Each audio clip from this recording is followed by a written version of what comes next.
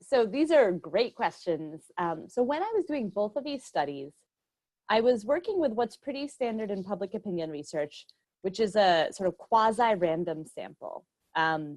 So it wasn't a sort of perfectly random sample in the sense that we weren't literally dialing random phone numbers to try and get sort of just give everyone in the country sort of an equal chance of being selected.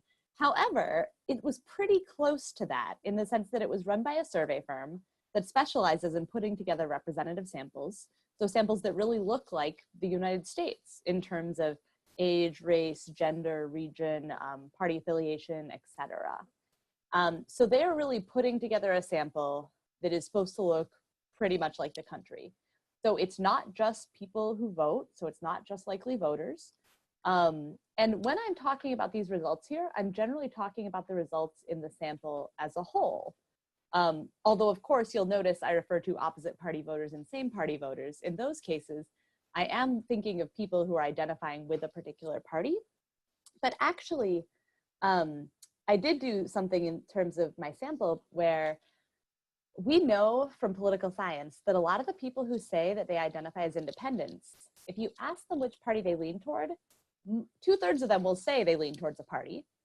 And in many respects, the people who lean towards a party look a lot like people who affiliate with that party.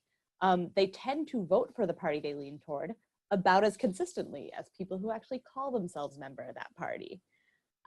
They also their ideological views tend to match up pretty well with that party. So there's not a ton of difference we see between people who say they lean toward a party and people who say they affiliate with the party. So the standard thing to do at this point in political science in this type of research is to include people who are independent but lean towards a party in with the partisans. Now, of course, I did look at those people separately just to check if there were different reactions, and I didn't see a lot of evidence of different reactions when it comes to bipartisanship. Really, they looked pretty similar to the people who were just calling themselves partisans. So this means that I want to say somewhere like roughly around 85% of the sample is included when I'm talking about opposite party voters and same party voters. That's the vast majority of the sample because we can include people who lean towards either party. I also did actually look at people who call themselves, who say they're independents and they don't lean towards a party. And those folks seem pretty indifferent to bipartisanship, honestly. They don't react negatively to it. They also don't react positively to it. It doesn't seem to be a big draw for them. Those are also, incidentally, by the way, pure independents, as we call them. Those are the people who are least likely to vote, sort of pay the least attention to politics, and are sort of least engaged politically, typically speaking.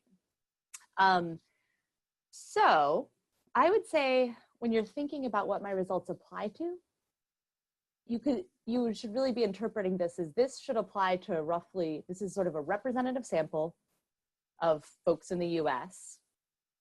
And certainly anytime I'm talking about opposite party and same party voters, that's meant to reflect sort of everyone in the country who either leans towards or considers themselves part of the party. Now, I also can sort of in my sample look at people who specifically call themselves strong partisans. So they say they are a very strong Democrat or a very strong Republican. So that's about the closest I can get to people who are activists. Although still, if you're looking at strong partisans, that's what? Maybe 15 to 20% of the sample. Whereas we generally were looking at the American public, the people who identify as activists or who are very visibly engaged in participating in politics, that's going to be probably more like 10% of the public. So when I do look at those strong partisans, I still generally don't see a negative reaction to bipartisanship. There's no sort of statistically significant disapproval there. Now, if I were able to limit it to just the 10% who are activists, you know, it's certainly possible that results would be different. And it's not, you know, and of course it's possible that there is some subset of voters somewhere that are skeptical of bipartisanship. But I do think it's worth emphasizing that that's a very clear minority.